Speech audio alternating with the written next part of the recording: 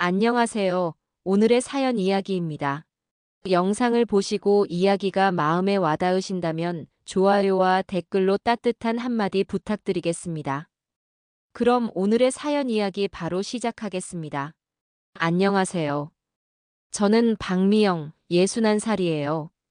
제 삶은 화려하진 않았지만 남편과 함께하는 나날이 행복이라고 믿었어요. 저는 고개를 들어 창밖을 바라보며 그렇게 말했어요. 바람에 흔들리는 나뭇잎처럼 제 인생도 참 많이 흔들렸죠. 대학 시절 캠퍼스의 낭만과 청춘 속에서 만난 남자. 그는 저를 그림 속 여인이라고 부르며 사랑해줬죠. 하지만 세월이 흐르고 아이를 키우며 살림에 파묻히자 저는 점점 제 자신을 잃어갔어요. 거울 속에는 늘 피곤에 찌든 아줌마만 있었죠. 그리고 3년 전 그 사람은 더 젊고 화려한 여자와 바람이 났어요. 말로만 듣던 이혼이라는 단어가 제 앞에 떨어졌죠. 이혼 후 저는 무너졌어요. 하루하루가 허무했고 거울 속 저를 보기가 싫었죠. 하지만 어느 날 제 친구가 말했어요. 너 다시 꾸며봐. 아직 늦지 않았어. 그 말에 무심코 사둔 립스틱을 꺼내 발랐죠. 그때 거울 속에서 아주 오래전에 보았던 제 얼굴이 스치듯 나타났어요. 그 순간 저는 결심했어요. 다시 나를 찾겠다고요. 시간이 흐르면서 저는 체중도 줄이고 머리 스타일도 바꾸고 옷장 속을 화사하게 바꿨어요. 미술 전시회에도 나가고 친구들과 여행도 다녔죠. 다시 세상과 마주하니 제 인생이 조금씩 빛을 되찾기 시작했어요. 그리고 바로 어제 믿기 힘든 일이 일어났죠. 저녁 무렵 골목 끝에서 저를 부르는 낮고 익숙한 목소리가 들렸어요. 미영아. 그 목소리에 가슴이 철렁 내려앉았죠. 돌아보니 3년 전 저를 버린 그 남자가 서 있었어요. 시간이 그를 무너뜨린 줄 알았는데 아니었어요. 여전히 자신감 넘치는 표정과 얄미운 미소. 하지만 그의 눈빛에는 이상하게도 간절함이 묻어 있었죠. 나 다시 시작하고 싶어. 전 남편이 떨리는 목소리로 말했어요. 저는 차가운 눈빛으로 그를 바라봤어요. 이제 와서 왜요? 제가 말했어요. 그는 한숨을 쉬더니 말했죠. 그 여자가 나를 떠났어. 너만이 날 이해해 줄 수 있잖아. 이제야 너가 소중했단 걸 알았어. 전 남편이 덧붙였어요. 순간 제 안에 묘한 감정이 솟구쳤어요. 분노와 씁쓸함, 그리고 알 수 없는 승리감이 뒤섞였죠. 저는 미소를 지었지만 그 미소는 차갑게 얼어 있었어요. 그럼 내가 어떻게 변했는지 보여줄까? 제가 말했어요. 그날 밤 저는 거울 앞에 앉아 립스틱을 짙게 바르고 붉은 원피스를 꺼내 입었어요. 창밖 가로등 불빛이 제 얼굴을 비췄죠. 그 빛 속에서 저는 더 이상 3년 전의 그 여자가 아니었어요. 내일 저는 그와 마주 앉아 다시 이야기를 시작할 거예요. 하지만 그 대화의 끝이 어떤 결말로 향할지는 아직 저도 몰라요. 다음 날 아침, 저는 평소보다 일찍 눈을 떴어요. 창밖에서는 햇살이 부드럽게 스며들고 있었지만 제 마음은 그렇지 않았죠. 어제 골목 끝에서 마주친 그 얼굴이 자꾸 떠올랐어요. 세수하다가 거울 속 제 눈동자를 보았어요. 거기엔 분명 흔들림이 있었죠. 대체 왜 돌아온 걸까? 속으로 수십 번 중얼거렸어요. 3년 전 남편은 제게 상처를 주고 떠났죠. 그 후 저는 그가 어떻게 사는지 궁금하지도 않았어요. 그런데 어제 본 그는 조금 지쳐 보였어요. 그 눈빛 속엔 뭔가 애절함이 묻어 있었죠. 점심 무렵 문을 두드리는 소리가 들렸어요. 문을 열자 꽃다발과 과일 바구니를 든 그가 서 있었어요. 아침부터 당신 생각이 나서 그냥 와봤어. 그는 미소 지으며 말했죠. 저는 차갑게 말했어요. 이러지 마세요. 나 이제 평온하게 살고 싶어요. 그는 제 거절에도 아랑곳하지 않았어요. 주방에 들어와 식탁 위에 꽃다발을 내려놓고 마치 오래된 집처럼 둘러봤죠. 당신이 좋아하던 백합이야. 향기가 참 좋지? 그는 제 눈치를 보며 말했어요. 백합 향이 은은하게 퍼졌어요.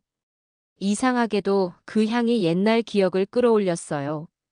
대학 시절 시험이 끝난 날 그가 제게 백합 한 다발을 건네며 수고했어라고 말하던 그 장면. 그때의 설렘과 따뜻함이 순간 가슴 깊이 스며들었어요. 하지만 곧 다른 기억이 덮쳐왔어요. 남편이 바람을 피우고 집을 나가던 날, 저는 현관 앞에서 무릎이 꺾여 주저앉았죠. 전화 한 통 없이 몇 달을 잠적했던 그 사람. 그 상처가 얼마나 깊었는지 저는 누구보다 잘 알죠. 그럼에도 불구하고 지금 제 앞에서 서성이는 그를 보면 미운 정과 고운 정이 뒤엉켜버려요. 며칠 동안 그는 매일 찾아왔어요. 장을 봐서 들고 오기도 하고 제가 좋아하던 빵집에서 빵을 사오기도 했죠. 심지어 제가 다니는 미술교실 앞에서 기다리고 있던 날도 있었어요. 수업 끝날 때까지 기다린 거예요. 제가 말했어요. 당신이 혹시라도 혼자 돌아다니다 넘어질까봐. 그는 멋쩍게 웃었죠. 그 말에 마음이 한 번 더 흔들렸어요. 예전에도 남편은 이런 사람이었어요. 차가운 말 한마디를 하다가도 뒤돌아서면 제가 다칠까봐 걱정해주던 사람. 그게 진심이었는지 아니면 습관이었는지 저는 여전히 알 수 없었죠. 그날 저녁, 우리는 근처 카페에서 마주 앉았어요. 그는 카푸치노를 한 모금 마시며 조심스레 말을 꺼냈어요. 미영아, 나 정말 후회했어. 그때 내가 너무 어리석었어. 전 남편이 말했어요. 저는 커피잔을 내려놓으며 그를 똑바로 바라봤어요. 너무 늦었어요. 상처는 쉽게 아물지 않아요. 제가 말했어요. 그는 고개를 숙이고 잠시 침묵했죠. 그러다 다시 고개를 들어 말했어요. 그래도 당신이 없는 삶은 텅 빈 것 같아. 한 번만 기회를 줘. 전 남편이 말했어요. 그 순간 제 마음속에서 두 가지 목소리가 싸웠어요. 하나는 다시 받아주면 또 상처받을 거야 라고 속삭였고, 다른 하나는 그래도 함께한 세월이 있잖아 라고 말했죠. 이혼 전 함께 여행하던 장면, 아침마다 커피를 내려주던 그의 손길. 그런 기억들이 스치듯 지나갔어요. 하지만 동시에 제가 울며 버텼던 외로운 밤, 그가 없던 식탁, 그리고 흘려보낸 젊은 시절도 잊히지 않았죠. 그날 밤 집에 돌아오자 꽃병 속 백합이 조금 시들어 있었어요. 향은 여전히 은은했지만 꽃잎 끝이 말라 있었죠. 마치 우리의 관계 같았어요. 아직 향이 남아있지만 이미 끝이 보이는. 저는 그날 하루 종일 그와의 대화를 곱씹었어요. 그리고 이상하게도 내일 그가 또 찾아올 것 같은 예감이 들었어요. 마음이 불안하게 뛰었어요. 이게 설렘인지 두려움인지 저도 잘 모르겠더군요. 그날 오후 저는 시장에서 장을 보고 돌아오던 길이었어요. 장바구니 속에는 참깨, 무, 갓 담근 김치 재료들이 있었죠. 날씨가 조금 쌀쌀해져서 목도리를 두르고 발걸음을 재촉하고 있었는데 제 휴대폰이 울렸어요. 발신자는 제 외동아들의 아내, 그러니까 제 며느리였죠. 그녀의 목소리는 평소와 다르게 약간 떨려 있었어요. 어머니, 제가 오늘 좀 이상한 걸 봤어요. 며느리가 말했어요. 저는 걸음을 멈추고 주변을 살폈어요. 무슨 일인데 그렇게 떨려? 제가 말했어요. 그게 오늘 친구랑 카페에 있었는데요. 거기서 우연히 어머니 전 남편분이랑 예전에 그 여자 있잖아요. 그 여자가 같이 있는 걸 봤어요. 며느리가 말했어요. 순간 제 손에서 장바구니가 살짝 기울었어요. 무 두 개가 바닥에 떨어져 굴러갔지만 저는 주울 생각도 못했어요. 뭐라고? 그 여자를? 제 목소리가 스스로도 낯설게 느껴질 만큼 낮고 차가웠어요. 머릿속에 오래전 장면이 떠올랐어요. 3년 전 그 여자는 짧은 치마에 하이힐을 신고 우리 집 근처를 서성이며 전화를 받았었죠. 그 목소리의 달콤함과 웃음소리를 저는 잊을 수 없어요. 그리고 바로 며칠 뒤 남편은 집을 나갔죠. 이혼 후 한 번도 마주치지 않은 그 여자.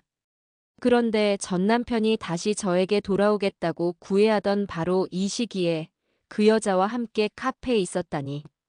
제 속에서 무엇인가 부글부글 끓어올랐어요. 분노, 배신감, 그리고 묘한 허탈함이 뒤섞였죠. 저녁이 되자 며느리가 제 집으로 찾아왔어요. 그녀는 평소보다 훨씬 조심스러운 표정이었어요. 어머니, 저 괜히 말씀드린 건 아니에요.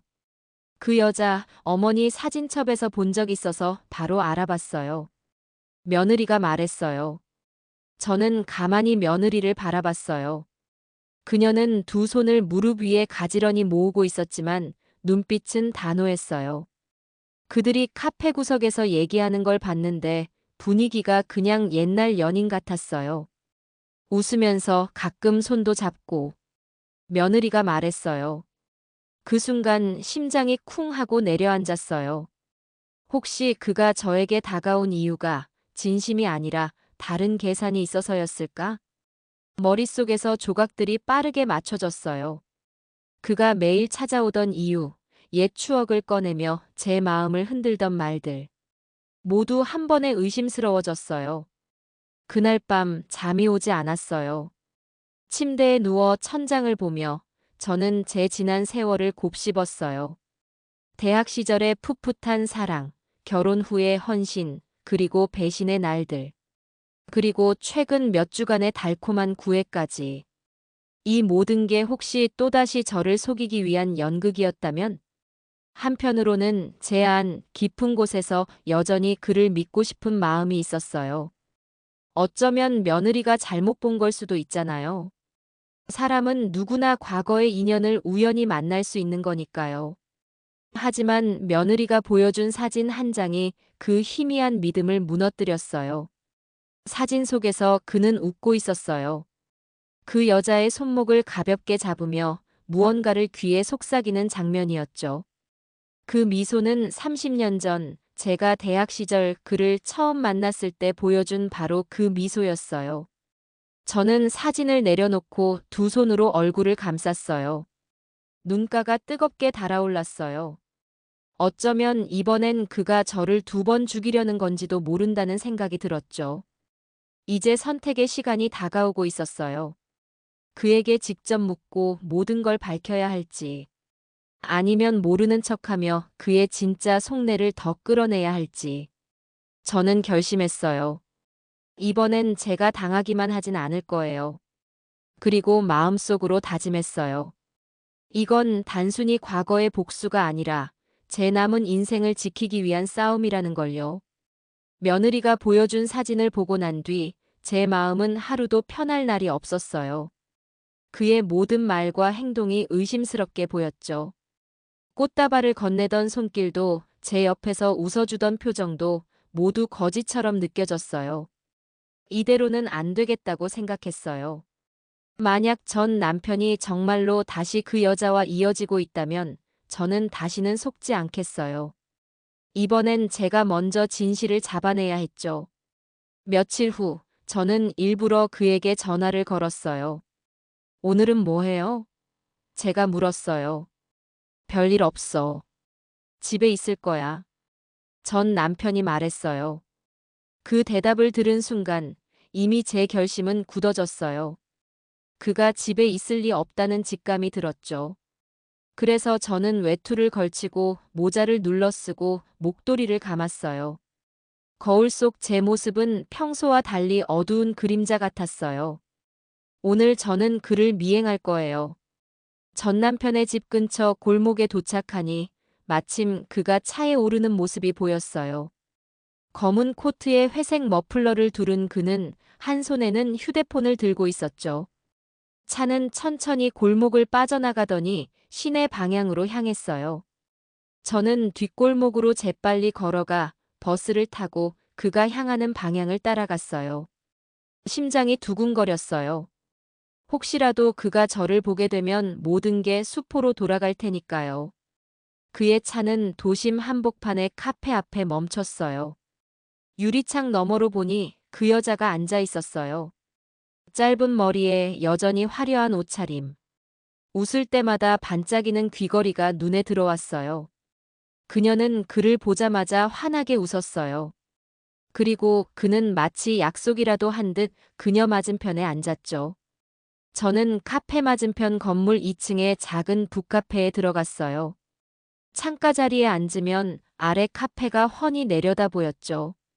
따뜻한 차를 시켰지만 한 모금도 마실 수 없었어요. 제 시선은 오로지 그 두 사람에게 고정돼 있었죠.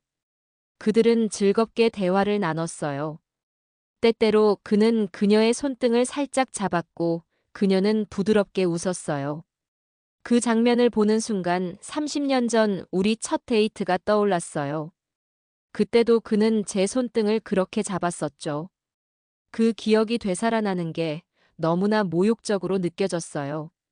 1시간쯤 지나자 그들은 함께 카페를 나왔어요. 저는 재빨리 건물을 내려가 그들을 따라갔어요. 그들은 나란히 걷다가 골목길로 들어갔죠. 그리고 그 골목 끝에 있는 작은 레스토랑으로 들어갔어요. 유리문 너머로 보니 와인잔 2개가 테이블 위에 놓였어요. 그 순간 제 안에서 차가운 분노가 치밀어 올랐어요. 그가 나를 향해 보였던 간절함과 미소는 결국 이 여자를 위한 가면이었을까요? 저는 휴대폰을 꺼내 사진을 찍었어요. 그들의 웃는 얼굴, 마주 잡은 손, 그리고 와인잔까지 모두. 증거를 모아야겠다고 생각했어요. 이번엔 절대 당하지 않겠다고요. 식당 밖에서 기다린 지 2시간쯤 지나자 그들이 나왔어요. 전 남편은 그녀를 차에 태우고 부드러운 표정으로 문을 닫아줬어요. 그 표정은 제가 그토록 기다렸던 미소였어요. 하지만 이제 그 미소가 향하는 곳은 저가 아니었죠. 저는 차가 멀어질 때까지 그 자리에 서 있었어요. 손끝이 차갑게 얼어붙었지만 제 마음속엔 이상하게 뜨거운 불이 타오르고 있었어요. 이건 단순한 질투가 아니었어요. 이건 끝내야 하는 전쟁의 시작이었어요. 이틀 동안 저는 찍어둔 사진을 수십 번 넘겨봤어요. 그가 그 여자와 웃으며 마주 앉아 있는 모습, 서로 손을 잡은 장면, 와인잔이 기울어진 테이블. 모든 사진이 제 마음을 날카롭게 찔렀어요. 마음 한구석에서는 이젠 끝내야 한다는 목소리가 울렸지만 또 다른 한편에서는 그에게 직접 확인해야 한다는 생각이 고개를 들었어요. 확실한 대답을 듣고 싶었어요. 아니, 어쩌면 그의 입에서 나오는 변명을 들어보고 싶었던 걸지도 모르죠. 저는 그를 집 근처 카페로 불렀어요. 도착한 그는 늘 그렇듯 익숙한 미소를 지었어요. 무슨 일이야? 목소리가 좀 딱딱하던데. 전 남편이 말했어요. 저는 바로 본론으로 들어갔어요. 테이블 위에 휴대폰을 꺼내 찍어둔 사진들을 하나씩 넘기며 그에게 보여줬어요. 그의 시선이 화면 위를 천천히 훑었어요. 저는 그의 표정을 놓치지 않으려고 눈을 떼지 않았죠. 그는 사진을 다 본 뒤에도 표정 하나 변하지 않았어요. 오히려 잔잔하게 미소를 지었죠. 아, 그날 그냥 우연히 만나서 인사한 것뿐이야. 전 남편이 말했어요. 저는 숨이 막히는 것 같았어요. 손까지 잡고 웃던 게 그게 인사라고요? 제가 말했어요. 그는 어깨를 으쓱하며 시선을 피하지 않았어요. 당신은 항상 나를 의심하네. 내가 왜 당신을 속이겠어? 나 당신이랑 다시 잘해보려고 이렇게 노력하는데. 전 남편이 말했어요. 그의 태연함이 저를 더 화나게 했어요. 사진 속 장면을 이렇게 대수롭지 않게 넘기다니. 혹시 이 사람이 이렇게 능청스럽게 거짓말을 해왔던 걸까? 하지만 저는 바로 폭발하지 않았어요. 차가운 표정으로 그를 더 지켜보기로 했어요. 혹시라도 그의 말 속에서 모순이 나오면 그걸 잡아낼 수 있도록요. 그럼 그 여자가 왜 당신 손을 잡았는데요? 제가 물었어요. 그는 잠시 머뭇거렸지만 곧 대답했어요. 당신 얘기를 하고 있었어. 당신이 얼마나 달라졌는지, 내가 얼마나 후회하는지 말하다 보니 그 사람이 위로해 준 거야. 전 남편이 말했어요. 그 말을 들었을 때 제 심장이 이상하게 내려앉았어요. 그럴듯하게 꾸며낸 변명 같으면서도 혹시 진짜일지도 모른다는 생각이 스쳤죠. 바로 그 점이 문제였어요. 이 사람은 늘 제 마음속 약한 틈을 정확하게 파고들었으니까요. 카페 창밖으로 노을이 번져가고 있었어요. 테이블 위에는 식지 않은 커피와 끝내지 못한 대화만이 남아 있었죠. 그는 제 손 위에 자신의 손을 올렸어요. 제발 믿어줘.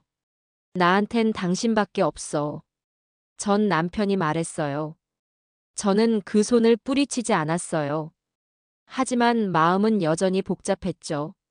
사진 속 장면이 눈앞에 겹쳐 보였고 그의 목소리는 달콤하게 울렸어요.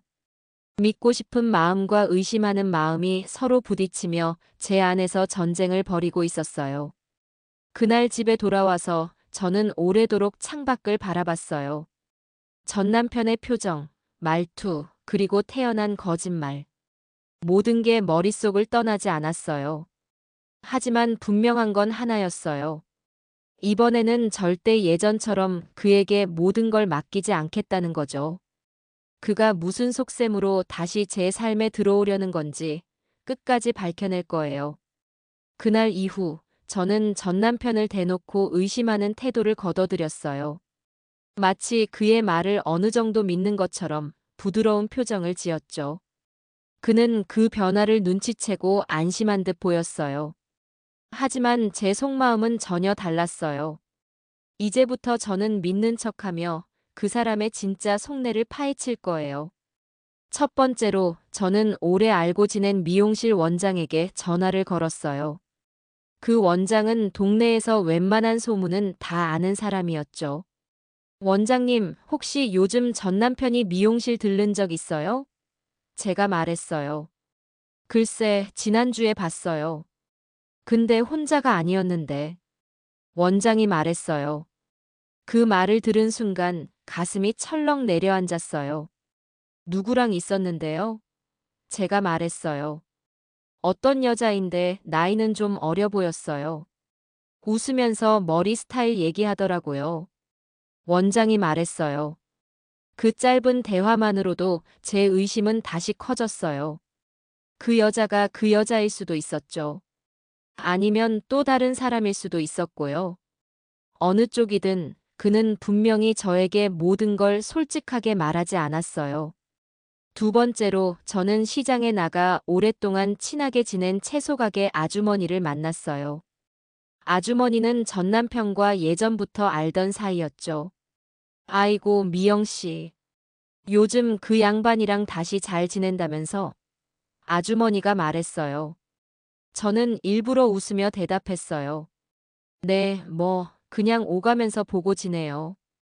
그러자 아주머니는 목소리를 낮추며 덧붙였어요. 근데 말이야. 지난번에 그 양반이 젊은 여자랑 장 보러 오던데 손도 꼭 잡고. 아주머니가 말했어요. 그 말을 들었을 때 저는 표정 하나 변하지 않았어요. 그저 속으로만 그 장면을 그렸죠. 이렇게 주변 사람들의 입에서 나오는 얘기가 사진 한 장보다 더 확실하게 제 의심을 굳혀주고 있었어요. 며칠 뒤 저는 좀 더 구체적인 정보를 얻기 위해 한 가지 계획을 세웠어요. 그의 단골 술집에 가서 사장과 자연스럽게 대화를 나누는 거였죠. 저녁 무렵 저는 차분한 얼굴로 술집에 들어갔어요. 카운터 안에서 잔을 닦던 사장이 저를 알아보고 반갑게 인사했어요. 오랜만이네, 미영 씨. 무슨 바람이야? 사장이 말했어요. 저는 웃으며 소주 한 병을 시켰어요. 그리고 사장이 술을 따라줄 때 조용히 물었죠. 혹시 제 전 남편이 요즘 여기 자주 와요? 제가 물었어요. 사장은 잠시 눈치를 보더니 고개를 끄덕였어요. 응, 그런데 가끔 여자랑 같이 와. 그 여자 예전에 같이 본 적 있지 않아? 그 순간 저는 속으로 확신했어요. 그 여자는 바로 3년 전 우리 결혼을 깨트린 장본인이었어요. 전 남편이 저에게 다시 다가온 건 순수한 사랑이 아니라 다른 목적이 분명했죠. 집에 돌아오니 마음이 이상하게 가라앉지 않았어요. 저는 거실 소파에 앉아 며느리에게 전화를 걸었어요. 며느리야, 너 전에 본 그 여자 혹시 지금도 그 사람이랑 연락하는 것 같아? 제가 말했어요. 네, 어머니. 제가 봤을 때는 그냥 우연은 아닌 것 같아요. 며느리가 말했어요. 그 대답은 제 마음속 불씨에 기름을 부은 꼴이었어요. 이제는 감정적으로만 대응할 수 없었죠. 저는 전략적으로 움직여야 했어요. 며칠 동안 저는 전 남편에게 일부러 더 친근하게 대했어요. 그가 마음 놓고 행동할 수 있도록요. 그렇게 하면 더 많은 증거를 잡아낼 수 있을 테니까요. 그리고 마침내 저는 그가 그 여자와 또 만날 약속을 잡았다는 소식을 들었어요. 이번엔 제가 직접 그 현장을 잡아낼 차례였어요. 이 싸움은 아직 시작일 뿐이었죠. 그날 아침, 저는 며느리에게서 전화를 받았어요. 어머니, 오늘 오후에 그 사람이 그 여자랑 만나는 것 같아요. 제가 어제 조금 알아봤는데요. 그 순간 제 심장이 빠르게 뛰기 시작했어요. 드디어 모든 걸 확인할 기회가 온 거였죠. 저는 평소보다 더 평온한 얼굴로 집을 나섰어요. 속으로는 불길한 예감이 파도처럼 밀려왔지만 그걸 감추기로 했죠. 오늘은 감정이 아니라 냉정함이 필요했어요. 그들이 만나기로 한 장소는 시내 외곽의 작은 레스토랑이었어요. 입구 근처에는 가로수들이 빽빽하게 서 있어 밖에서 안을 훔쳐보기 좋았죠. 저는 레스토랑 바로 옆 건물의 2층 카페로 들어갔어요. 창가 자리에서 고개를 조금만 내밀면 그들의 테이블이 한눈에 보였어요. 점심시간이 조금 지나자 전 남편이 나타났어요. 검은 코트를 입고 손목에는 반짝이는 시계를 차고 있었죠. 잠시 후 그 여자가 들어왔어요. 여전히 화려한 외모와 자신감 넘치는 표정. 그녀가 자리에 앉자 그는 부드러운 미소를 지으며 와인잔을 건넸어요. 저는 숨을 죽이고 창문 너머로 입모양과 표정을 주의 깊게 보았어요. 다행히 카페 창문을 살짝 열면 바람을 타고 그들의 목소리가 희미하게 들려왔어요. 당신 그 여자한테서 돈은 얼마나 받아낼 수 있을 것 같아? 그 여자가 말했어요. 그 순간 제 심장이 멎는 듯 했어요. 그 여자라니. 나를 말하는 게 분명했죠. 전 남편은 와인을 한 모금 마시고 태연하게 대답했어요. 시간을 좀 끌어야 해. 너무 빨리 요구하면 의심할 테니까. 옛날 얘기 꺼내서 마음을 흔들어 놓으면 결국 지갑 열 거야. 전 남편이 말했어요. 그 한마디 한마디가 제 가슴을 찔렀어요. 그의 구애가 진심일 거라고 믿었던 지난날이 바보처럼 느껴졌죠.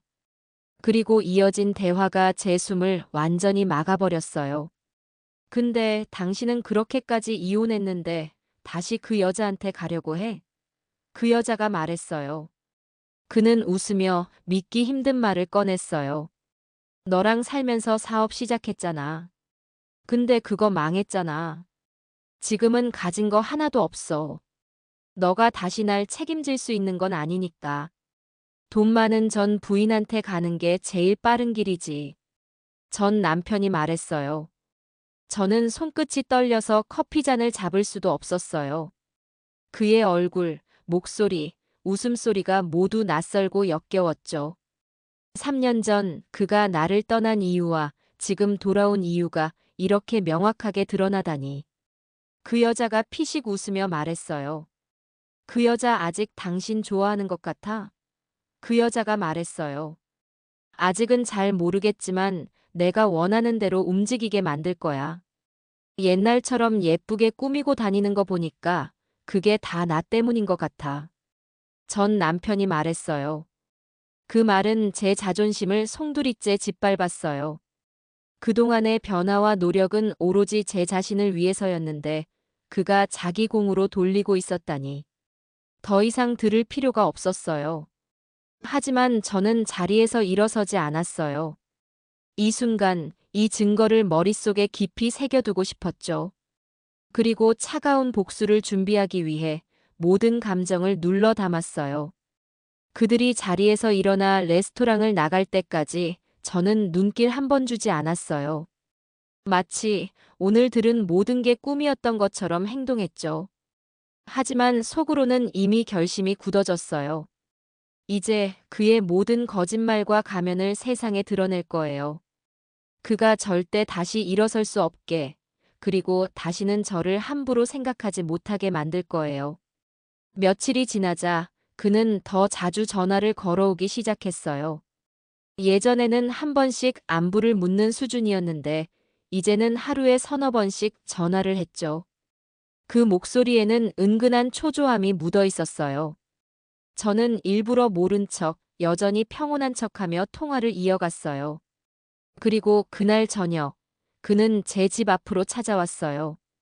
손에는 작은 케이크 상자가 들려 있었지만 그의 눈빛은 달콤함과 거리가 멀었어요.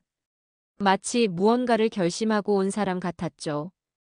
우리 얘기 좀 할까? 전 남편이 말했어요. 저는 차를 끓이며 그를 거실로 안내했어요. 전 남편은 케이크 상자를 테이블 위에 내려놓더니 두 손을 깍지 끼고 앉았어요. 평소의 느긋한 표정 대신 조금은 진지한 얼굴이었죠. 요즘 사업 준비를 좀 하고 있어. 전 남편이 말했어요. 저는 속으로 피식 웃었어요. 이미 며칠 전 그와 그 여자의 대화를 엿들었기에 그 말이 얼마나 거짓인지 알고 있었죠. 하지만 겉으로는 아무렇지 않게 물었어요. 사업? 무슨 사업인데요? 제가 말했어요. 그는 잠시 머뭇거리더니 입을 열었어요. 식당을 하나 차리려고 하는데 시작하려면 자금이 좀 필요해. 전 남편이 말했어요. 그 말이 끝나자 거실 공기가 무겁게 내려앉았어요. 이제 본심이 나오는구나 싶었죠. 그가 다시 제 인생에 들어온 이유가 단지 돈 때문이라는 게 이제는 명확해졌어요. 얼마나 필요한데요? 제가 말했어요. 그는 기다렸다는 듯이 대답했어요. 최소 5천은 있어야 안정적으로 시작할 수 있어. 당신도 알잖아. 나 예전엔 사업 잘했잖아. 이번에도 금방 성공할 거야. 전 남편이 말했어요. 저는 찻잔을 천천히 내려놓았어요. 그의 눈빛 속에는 미안함도 망설임도 없었어요. 오히려 당연하다는 듯한 태도였죠. 우리가 함께한 세월이 얼만데. 당신이 나 좀 도와줄 수 있는 거 아니야? 이건 투자라고 생각해. 전 남편이 말했어요. 그 말에 제 속이 부글부글 끓었어요. 함께한 세월을 내세워 돈을 요구하는 모습이 역겹기까지 했죠. 저는 일부러 잠시 침묵했어요. 그 침묵이 그를 더 조급하게 만들었죠. 그는 몸을 앞으로 숙이며 덧붙였어요. 내가 성공하면 당신이랑 다시 여행도 다니고 예전처럼 살 수 있어. 이번이 마지막 기회야. 그 순간 제 안에서 무언가 탁 하고 끊어졌어요. 하지만 저는 감정을 드러내지 않았어요. 오히려 부드러운 표정을 지으며 고개를 끄덕였죠. 알겠어요. 생각해 볼게요. 그는 안도의 한숨을 쉬었어요. 아마도 제가 넘어온 줄 알았을 거예요. 하지만 그는 몰랐죠. 이제 저는 그를 완전히 무너뜨릴 준비를 하고 있다는 걸. 전 남편이 떠난 뒤 저는 케이크 상자를 열어보지도 않았어요. 대신 그가 앉았던 자리와 그가 두고 간 말들이 머릿속에 선명하게 남았죠. 이제는 그의 거짓말과 탐욕을 세상에 드러낼 차례였어요. 그가 원하는 건 돈이지만 제가 줄 건 오직 쓰라린 대가뿐이었죠. 그날 이후 저는 전 남편에게 연락을 늦추지 않았어요.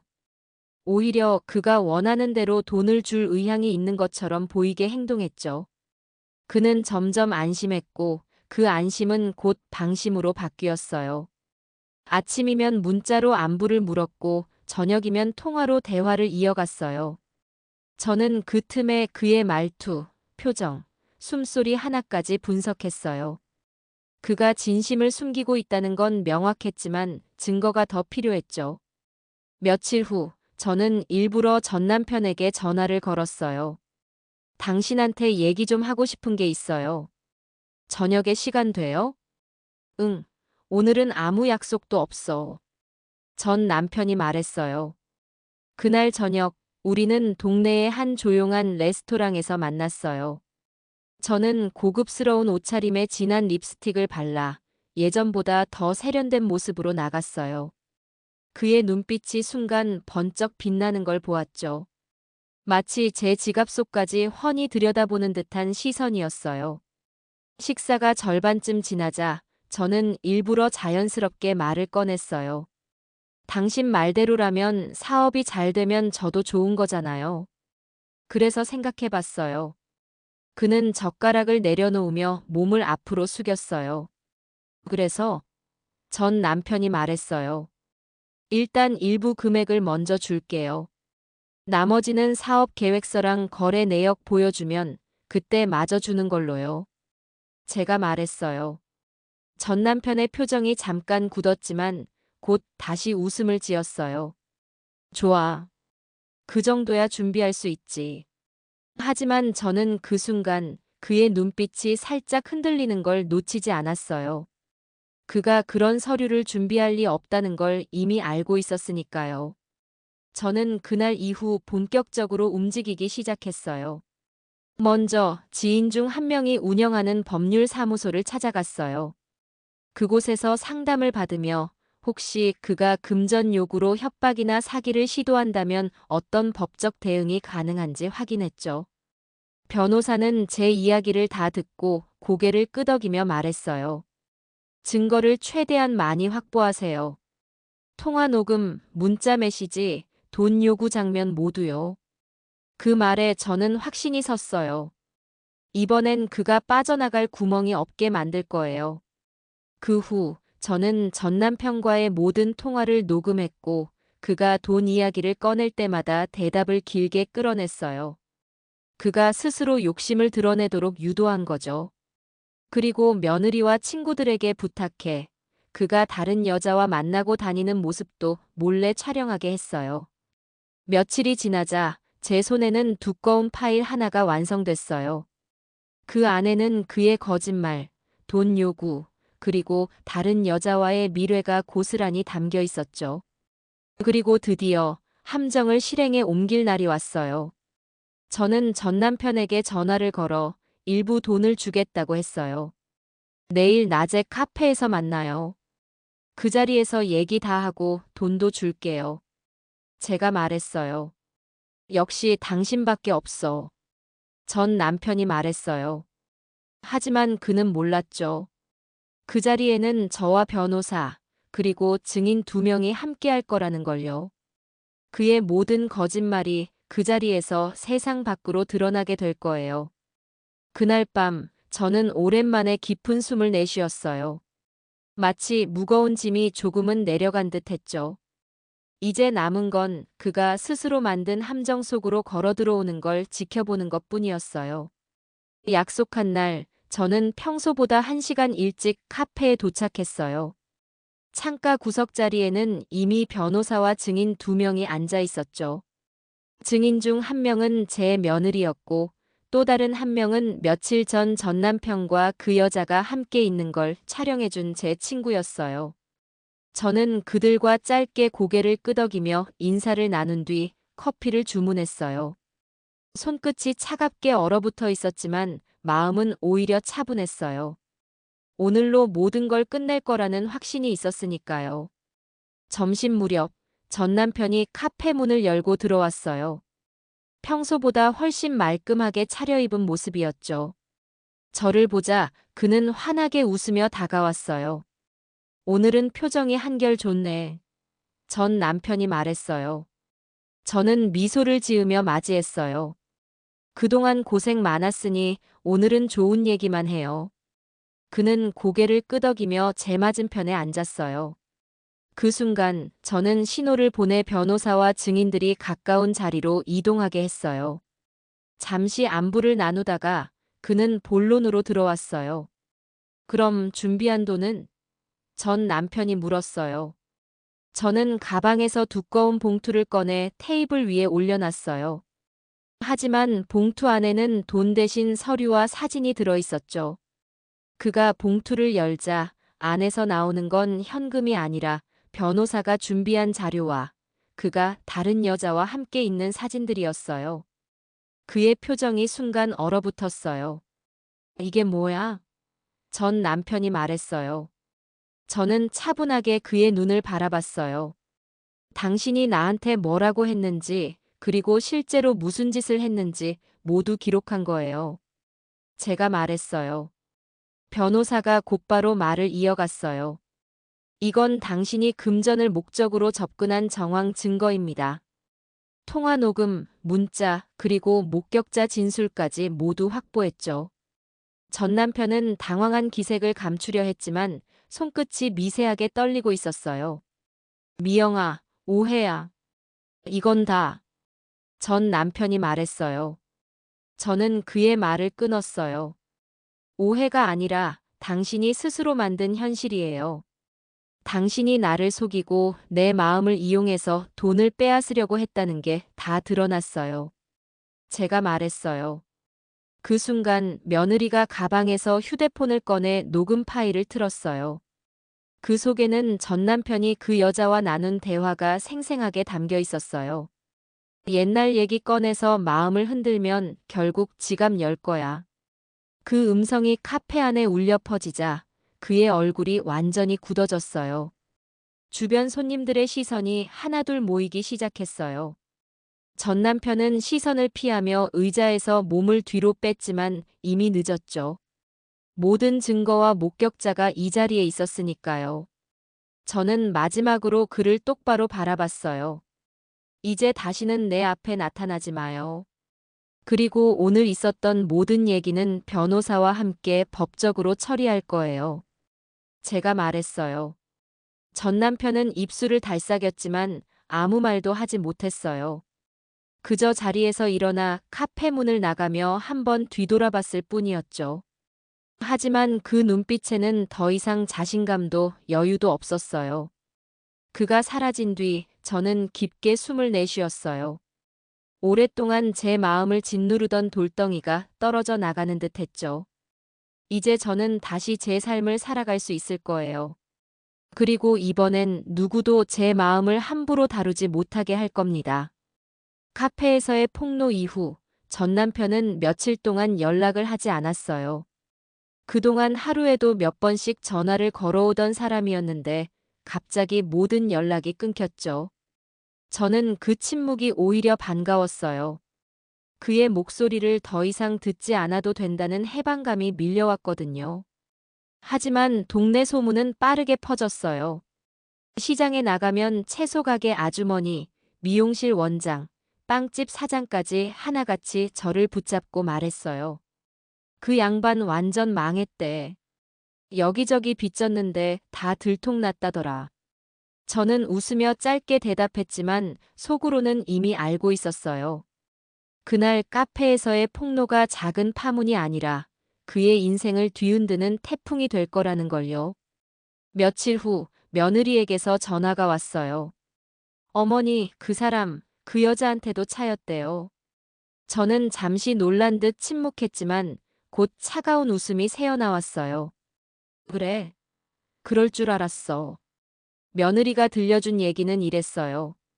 그 여자는 그가 가진 게 하나도 없다는 걸 알고 그날 저녁 바로 짐을 싸서 떠났다고 했어요. 심지어 그가 사업을 위해 준비했다고 했던 계획도 전부 허풍이었고요. 그 여자는 마지막으로 그에게 이렇게 말했다고 했어요. 내가 바라는 건 능력 있는 남자였지 빈털터리가 아니었어. 전 남편은 그 후로 완전히 몰락의 길을 걸었어요. 그가 다니던 사교 모임에서도 예전 친구들 사이에서도 외면당했죠. 그에게 남은 건 빚과 허물어진 자존심뿐이었어요.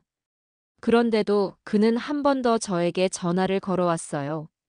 미영아, 나 정말 힘들어. 잠깐만이라도 도와줄 수 없겠어? 전 남편이 말했어요. 저는 차갑게 대답했어요. 내가 도와줄 수 있는 건 이제 없어요. 그건 당신이 만든 결과니까. 그는 한동안 말이 없었어요. 그리고는 한숨을 길게 쉬더니 전화를 끊었죠. 그 목소리 속에는 후회와 체념이 섞여 있었지만 저에게는 아무런 울림도 없었어요. 며칠 뒤 저는 우연히 거리를 걷다 그를 마주쳤어요. 말끔하던 양복 대신 구겨진 셔츠에 발이 다른 구두를 신고 있었어요. 그는 저를 보자 멈칫하더니 어색하게 웃었어요. 오랜만이네. 전 남편이 말했어요. 저는 담담하게 고개만 끄덕였어요. 그 순간 저는 깨달았어요. 이제 그는 제 인생에서 아무런 의미도 없는 사람이라는 걸요. 집에 돌아오니 창밖으로 노을이 물들고 있었어요. 저는 차 한 잔을 우려내어 마시며 지난 몇 달을 돌아봤어요. 그가 돌아오고 의심하고 확인하고 결국 진실을 알아낸 시간들. 그건 힘들고 고된 시간이었지만 동시에 저를 더 강하게 만든 시간이기도 했어요. 이제 저는 그와의 추억도 상처도 그리고 그의 몰락마저도 모두 뒤로할 준비가 되어 있었어요. 앞으로는 제 삶을 오롯이 저 자신을 위해 쓸 거예요. 전 남편과 마지막으로 마주친 날 이후 저는 한 번도 그를 떠올리지 않았어요. 그가 어떻게 살고 있는지 어디에 있는지 궁금하지도 않았죠. 그 사람은 이미 제 과거의 일부일 뿐 현재와 미래에는 들어올 자리가 없었어요. 아침 햇살이 부엌 창문을 가득 채우던 어느 날 저는 커피를 내리며 문득 웃음을 지었어요. 이렇게 평온하게 하루를 시작하는 게 얼마만인지 모르겠더군요. 누구의 눈치를 보거나 거짓말을 가려내느라 신경을 곤두세울 필요가 없는 하루. 그게 이렇게 소중한 줄 저는 예전엔 몰랐어요. 며느리와 아들도 여전히 제 곁에 있었어요. 며느리는 어느 날 제 손을 꼭 잡고 말했죠. 어머니, 그때 용기 내서 그 사람 정리하신 거 정말 잘하셨어요. 저는 웃으며 대답했어요. 이제는 나를 지키는 게 제일 중요하더라. 그 말은 거짓이 아니었어요. 지금의 저는 누구보다 저 자신을 먼저 생각하고 제 행복을 우선으로 두고 있었으니까요. 저는 예전부터 하고 싶었지만 미뤄뒀던 일들을 하나씩 시작했어요. 오랜만에 미술 전시회에 나가 제 그림을 걸었고 동네 문화센터에서 강의도 하게 됐죠. 그곳에서 새로운 사람들을 만나 웃고 떠들며 지내다 보니 지난 상처들이 서서히 옅어지는 걸 느꼈어요. 저는 이제 더 이상 누군가의 아내라는 이름으로 살지 않아요. 그 대신 나 자신으로서 살아가고 있어요. 가끔 거리를 걸을 때 제 또래 여성들이 한숨을 쉬며 대화를 나누는 걸 들을 때가 있어요. 남편의 외도, 자식의 배신, 친구의 거짓말. 그럴 때면 저는 속으로 이렇게 말하죠. 누구도 당신 인생을 함부로 휘두르게 두지 마세요. 저 역시 예전에는 사랑과 정 때문에 모든 걸 참고 희생하는 게 당연하다고 생각했어요. 하지만 이제는 알아요. 그런 희생이 꼭 미덕은 아니라는 걸요. 자신을 지키는 게 결국 더 큰 사랑이라는 걸요. 오늘도 저는 거울 앞에서 스스로에게 말했어요. 미영아, 너 참 잘 살고 있어. 거울 속 제 얼굴에는 예전보다 훨씬 단단하고 빛나는 표정이 있었어요. 이제 저는 누구의 허락도 필요 없는 길을 걸을 거예요. 그 길 끝에는 오직 저를 위한 행복이 기다리고 있을 테니까요. 오늘의 사연 이야기는 여기까지입니다. 오늘의 이야기가 마음에 와닿으셨다면 좋아요와 댓글로 따뜻한 한마디 부탁드려요.